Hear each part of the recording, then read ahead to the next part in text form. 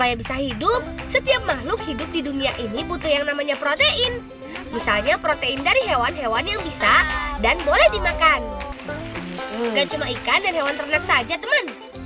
Di Nusantara kita ini ada banyak sekali sumber protein hewani dari hewan-hewan yang lain. Nah, ikut aku yuk berburu protein di alam ala si Bolang. Bagi masyarakat Kofiau di Raja Ampat Papua, menjelang akhir tahun adalah waktu yang tepat untuk memanen ulat sagu. Salah satu sumber protein paling juara nih. Ulat sagu bisa kita temui di batang-batang pohon sagu yang sudah membusuk. Biasanya sih setelah 6 bulan ditebang. Kalau lagi musimnya, sekali panen bisa dapat banyak loh ulat sagunya. Nah, selain bisa disantap langsung, juga bisa diolah dengan cara ditumis seperti ini. Enak loh. Setelah dicuci bersih, ulat sagu kemudian ditumis dengan bumbu bawang, cabai, tomat, garam, dan daun jeruk. Begini nih hasilnya. Buat yang penasaran, tumis ulat sagu ini enak banget. Rasanya hampir mirip seperti makan kuning telur ayam. Kenyal-kenyal gurih gitu. Ini nih rahasianya kenapa orang Kofiau kuat. Sumber proteinnya langsung dari ulat sagu.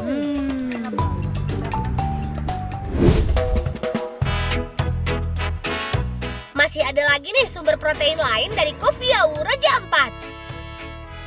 Yang ini nyarinya di hutan bakau sekitaran pantai.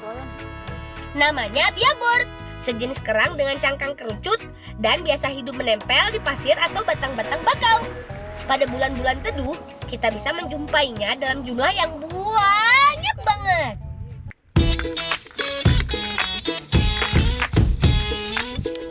Biabor paling enak kalau dimasak dengan santan kental. Daging bia yang sudah dipisahkan dari cangkangnya harus diasap dulu, supaya lapisan lendirnya hilang dan tahan lama. Setelah itu, ditumis dengan bumbu bawang, cabai, dan jeruk nipis. Terakhir, tambahkan santannya, biar gurih, rih. Nah, siapa mau coba? Biabor kuah santan ini enak banget loh. Proteinnya tinggi, tapi murah meriah. Hasil berburu di hutan bakau.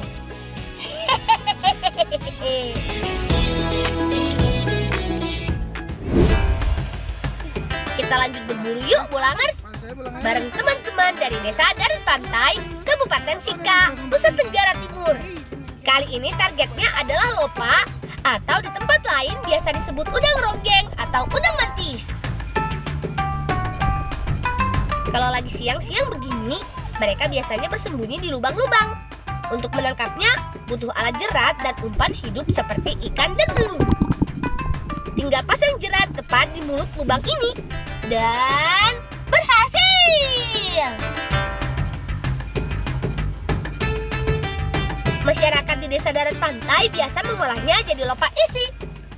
Lopa direbus sampai berwarna kemerahan.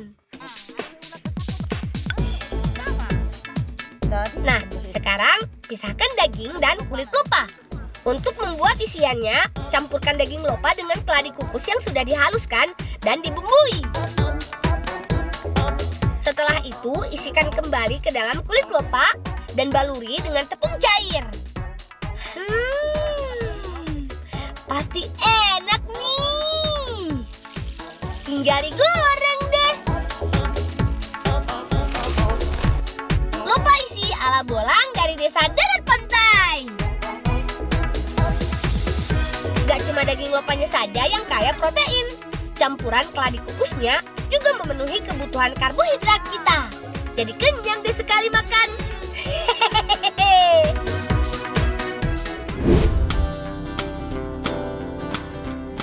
Sekarang kita ke Caringin di Kabupaten Garut, Jawa Barat yuk. Kita melaut bersama Paman. Lumayan nih, gak cuma dapat ikan, tapi ada sotong juga. Sumber protein tinggi nih.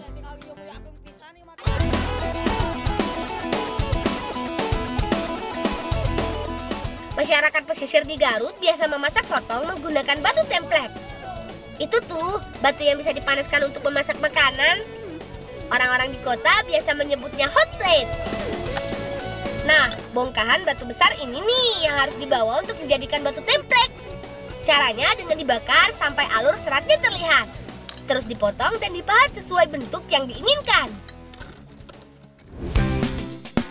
Memasak sotong dengan batu templek ini gampang banget. Panaskan batu templek dan olesi dengan minyak supaya tidak lengket. Kalau batunya sudah mulai berasap, sotong yang sudah dibumbui ini bisa langsung dipanggang. Bolangers, memasak dengan batu templek seperti ini lebih sehat loh. Karena panas dari api tidak mengenai masakan langsung dan menyebabkan gosong.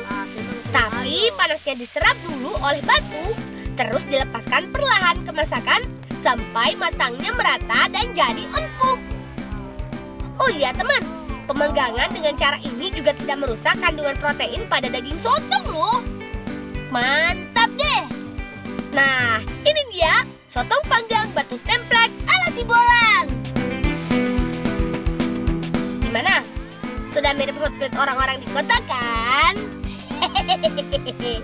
Selamat makan.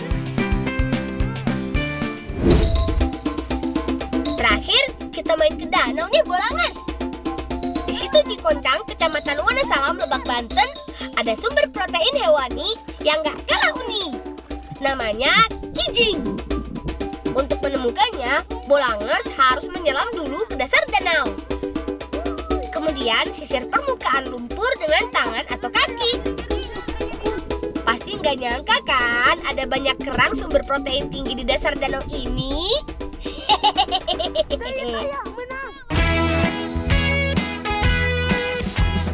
Untuk mengeluarkan daging dari cangkangnya, kijing harus dipanggang dulu di atas seng. Setelah terpanggang, cangkangnya akan terbuka dengan sendirinya. Tuh, jadi gampang kan mengeluarkan dagingnya? Tapi nggak semua bagian dalam kijing bisa dimakan ya, karena masih ada sisa kotoran yang harus dibuang. Bolangers, masyarakat di daerah sini biasa mengolah kijing jadi pepes yang dipanggang memakai bambu. Cara masaknya unik loh. Masukkan daging kijing dan bumbunya ke dalam bambu.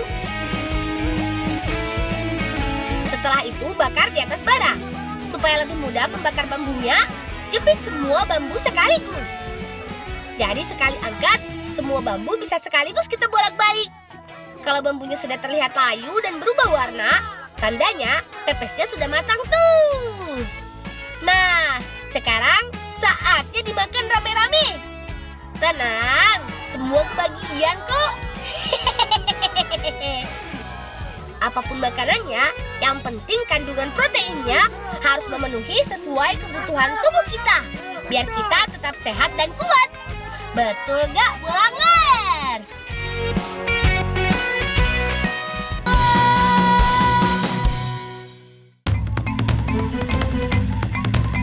Asik! Hari ini aku senang banget. Pamanku bilang singkong di kebunnya akan dipanen. Ayo, cepat Kak! Wah, gimana ini? Panennya sudah dimulai tuh. Ayo teman, semangat! Di Desa Sukadamai, Kecamatan Cicantayan, Kabupaten Sukabumi, hampir semua warganya menanam singkong loh. Selain karena memiliki tanah yang subur, di sini juga punya udara yang sejuk.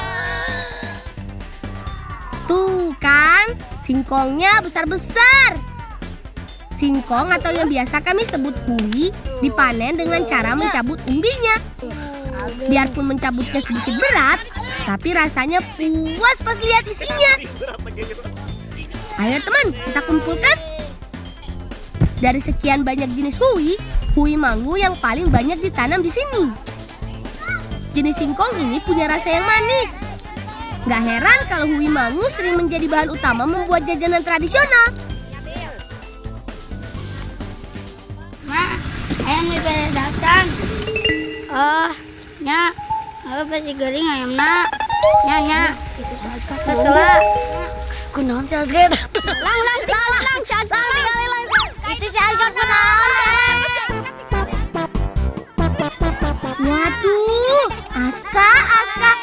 Bukannya membantu Bibi, malah bercanda terus. Teman, setelah dipanen, singkong biasanya langsung dijual atau diolah sendiri. Jika dibiarkan lebih dari 4 hari, kualitasnya akan menurun. Singkong menjadi kering dan kurang enak saat diolah. Ayo, Paman, aku bantu angkat ya.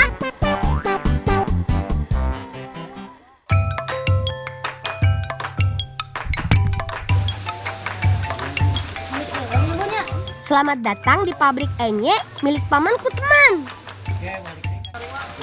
Di sini, singkong diolah menjadi jajanan yang gurih dan renyah. Untuk membuat enye, Bibi terlebih dulu memarut singkong. Lalu campur dengan bumbu dapur seperti bawang merah, bawang putih, cabai, dan bawang. Ini nih yang membedakan enye dan opak. Paman memulai usaha membuat enye sejak tahun 2000. Kala itu, belum banyak rumah produksi yang menampung singkong hasil panenan. Singkong harus dijual ke pasar dengan jarak yang jauh, dengan ongkos transportasi yang mahal. Baru deh muncul ide untuk membuat enye sampai sekarang. Nah, ini nih bentuk enye setelah dicetak. Enye selanjutnya direbus di atas wajan dengan air mendidih. Hasilnya, enye matang dan siap untuk dijemur.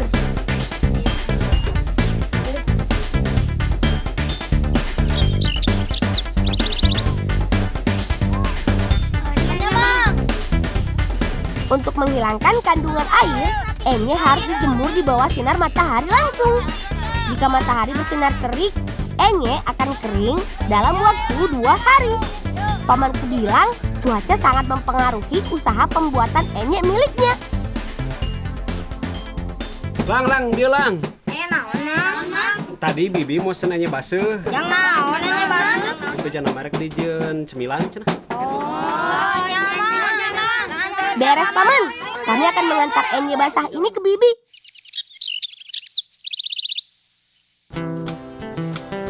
Teman, kalau biasanya enye dinikmati saat sudah kering, kali ini Bibi mau membuat makanan dari enye basah. Namanya enye isi siomay. Sama tambahan deh ya eta bawang. Adonan siomay dibuat dari campuran tepung sagu dan tepung aci yang sudah dipanaskan.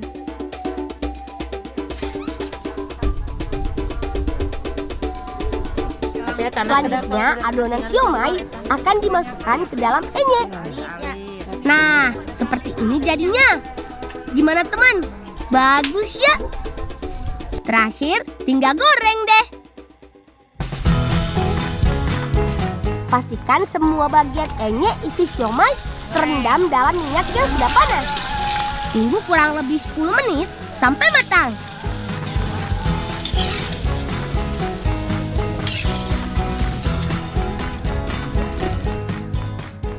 Tada! Ini dia, teman. Enye isi siomay ala kami Cibolang Kaler. Saatnya makan. Aku mau yang pedes ya, Bi. Rasanya enak banget. Gurih-gurih pedes. Hayo, siapa mau nambah lagi? Kalau aku sih pasti nambah.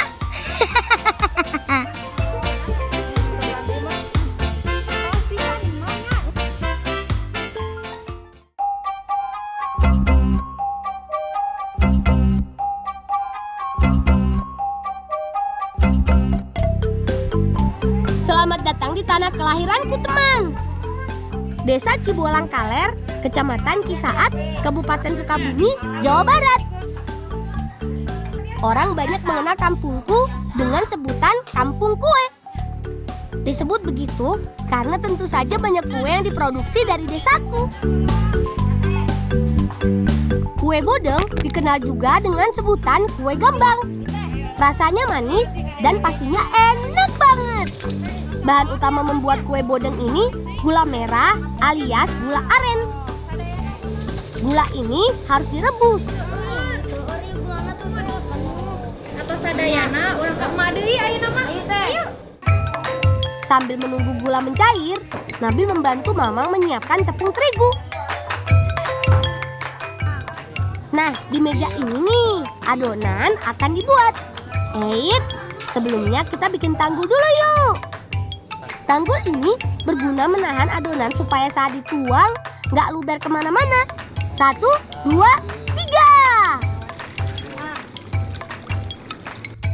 Tuangkan gula cair ke adonan, lalu adon bersama dengan mentega, pengembang kue, dan telur.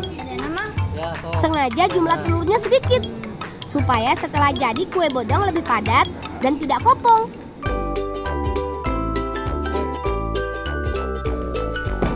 Selanjutnya, adonan ditambahkan dengan tepung terigu supaya mengkel. Mengkel berarti adonan dalam kondisi yang tidak keras, tapi juga tidak lembek.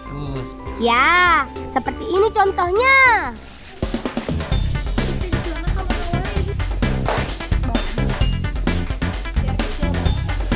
Ini dia bagian terakhir sebelum kue bodong dicetak.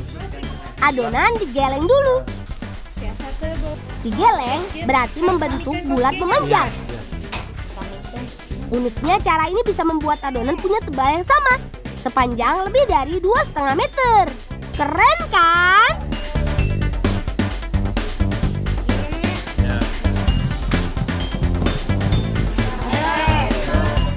Selanjutnya baru deh kita potong rapi dengan panjang 8 cm.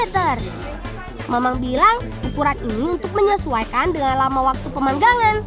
Ukuran yang lebih panjang akan membuat kue matang lebih lama.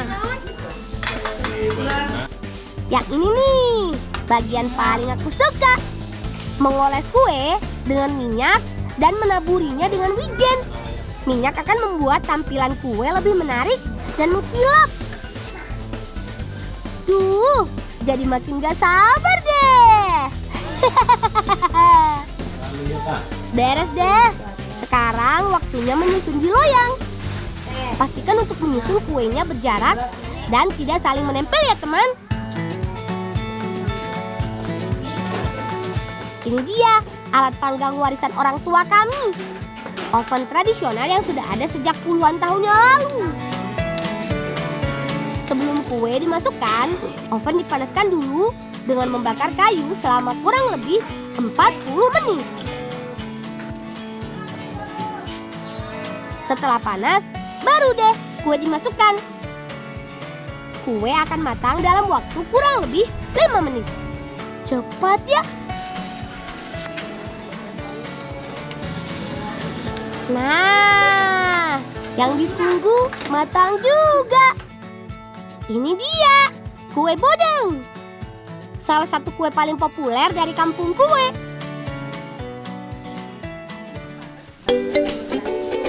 Nah, masih ada satu lagi kue yang harus kita buat. Orang Sukabumi menyebutnya kue Sumadra.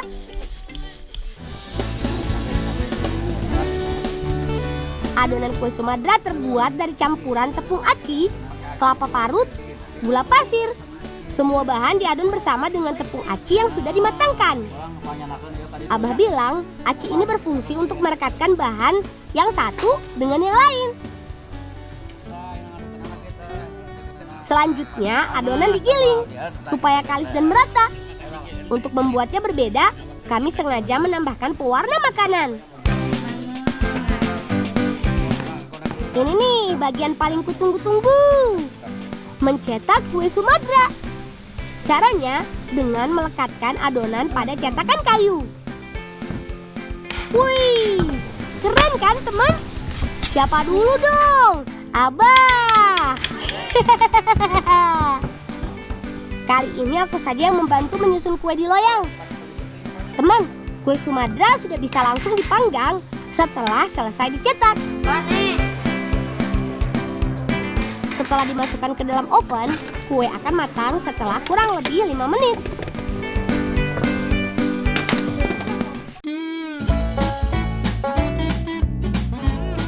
Asik, tugas sudah beres. Sekarang saatnya mencoba kue buatan sendiri. Selamat makan.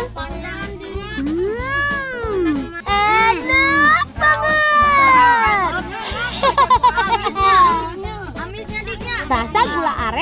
bodeng pas, tidak kemanisan. Begitu juga dengan kue Sumatera, renyah dan gurih kelapanya terasa. Kalau teman di rumah penasaran gimana rasa dua kue legendaris ini, yuk datang saja ke kampungku.